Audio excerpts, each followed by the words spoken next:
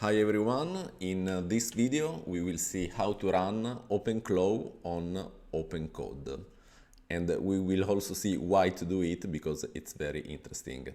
So let's start with Openclaw. Openclaw is a very famous AI personal assistant, but it isn't very special because you can recreate the same ecosystem also with other tools, and we will see it.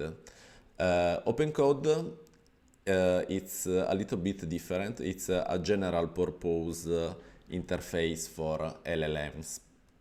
So this is the architecture of Openclaw. So we have the agent, which can be Openclaw or Opencode in this case, but all the rest can be recreated with different tools. So, for instance, the skills, you can use pre-made skills, but it could be dangerous if you don't know what happens inside here. Or you can create skills by yourself. They are just markdown files that do things. So the skills are independent from Openclaw. You have special skills for Openclaw, but you can also skills made for Opencode or for other tools. If the LLM is intelligent enough, you can run also skills made by others for other systems. Then we have persistent memory that we don't have out of the box in Opencode, but we can recreate using the Openclaw skills. And then we have the cron job that we don't have it on the chart, but it's a way to recall the agent also when we aren't typing with the gateway interface. And then we have the integration with WhatsApp, Telegram, Discord, etc. And we can recreate this with a tool inside Opencode. So let's see an example, so it will be more clear to see what will happen. So this is Opencode Web. So it's the web interface of Opencode. You can use Opencode via terminal, via GUI, or via web interface. And as you can see, I'm using a local address in my LAN. What is important, it's where you run it. So I'm running it from data Openclaw Essenza.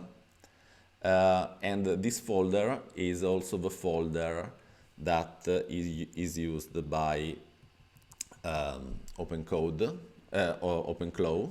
So it's the same structure. We have agents, which is like the index. Then we have heartbeat, which is the task that you are supposed to do programmatically. And then we have other MD files where the agent store the info that it needs. And then we have skills, which is the standard. So here are the skills that I created or I copied from other markdowns from internet, but I checked the content. And then we have memory. It's just a directory with MD files where the agent store and summarize the things that we do in the chat.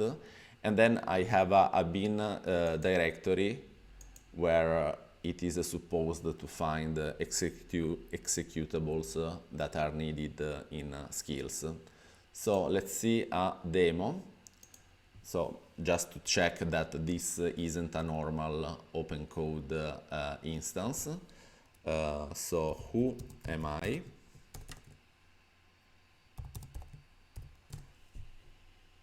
And as you can see here, we can also check the reasoning. This is very important because sometimes you have to specify the correct markdown file, but not in this situation. So it remembers the name that I chose in Openclaw. So you are maestro, and this is also the file where it stores this information. So let's try to do something more interesting. What are your skills? So these are the skills that I care, but it didn't recognize the correct. So let's try again. This is another feature. This is the generic response. And in Opencode you can also do /undo to not waste the context. So what are your skills? Check. Okay, we can specify a directory. It isn't always needed to do that. You can also specify in a more explicit way in your agent MD if you want to avoid this kind of explicit calling of skills. So these are the skills that I have. So I chose to not use Brave API, which is default in Openclaw, but I use DuckDuckGo. Then I have GitHub, Hacker News, Reddit, Bird. Bird is an interesting project that allow you to use Twitter X with unofficial API. It's very interesting. And this is for YouTube, and this is a generic skill creator skill. So let's try something interesting like this. So this is a video. I can copy this video URL, and then I ask create a post about it. And you can also see the reasoning tracks, which normally you don't see in Openclaw, but are very important. So okay, it's getting the YouTube metadata. It is using the direct API with YouTube DLP, so not my skill. This is important. But it was able to get the subtitles. So we will have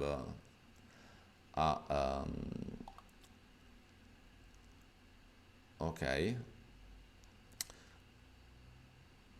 Let's do this, the things that I did before. So create a post about it.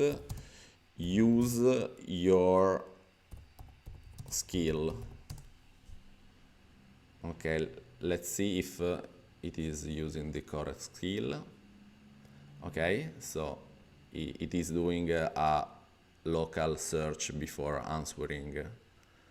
Okay, extract the video transcript, and this is a command that I tweaked for this kind of situation. And okay, so now we should see a correct. Okay, so this is a short post about the topics covered in the video. And with the same skill, I can also analyze the comments. So analyze the comments. So it understands that the URL it's the same, and we can see here extract YouTube video comments. This comes from my skill. It isn't a generic knowledge. Okay, so we don't have many comments to analyze, but here we have comments grouped by topic. and you can check also in the video. The comments are in Italian, but you can do the analysis in English or the language that you prefer. So another interesting thing is that we don't have cron jobs in Opencode, but you can force it. So you can try to do run the heartbeat. So with a short prompt like this in a cron job in your system, you can run periodic activities. So in this situation, I don't have a periodic activity, but if you want to do, I don't know, a web search every hour, or check if the price of something in Amazon changed, something like that, you can put your periodic task here manually, or you can ask the Opencode to do that. You can also change the model. I'm using Kimi K 2.5 free, but you can also use others, and like Minimax, GLM, and so on. And you can also use your local LMs like Nemotron 30B A3B. It works fine, but you need a more powerful computer to run it as fast as the remote local AIs. And we can also check, I don't know, something to do. So like I do new, I open a new session, always here. Do I have something to do? So it will analyze the soul, the user MD, the memory, and okay, it says to buy eggs, because previously I wrote this to do. Okay, I bought eggs. Okay, so it mark this item as checked. So let's try again. New. Do I have something to do?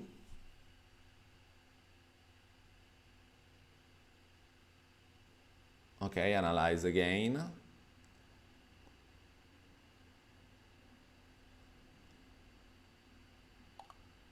And no, we already done both eggs, so we don't have any more things to do today.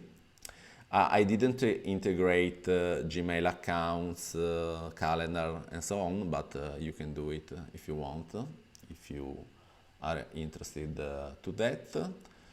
So, conclusion, I think that this way to use Openclaw is more interesting, because you can see the reasoning steps, which normally you don't see that on Telegram. And yeah, the architecture is this, so you can swap this part with Opencode, with Openclaw, whatever. But the most important parts are the skills, because are what they enable the features. And yeah, you don't have directly Telegram integration with Opencode, but you can use the web UI also on mobile. So it's this UI, it's responsive. So if you use something like Tailscale or other ways to access in a secure way to your local web services, you can use that also with Opencode. This feature is called Opencode Web. So if you want to see the documentation, this is the command to run Opencode. and in the docs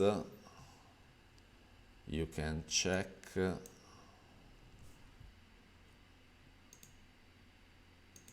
GitHub.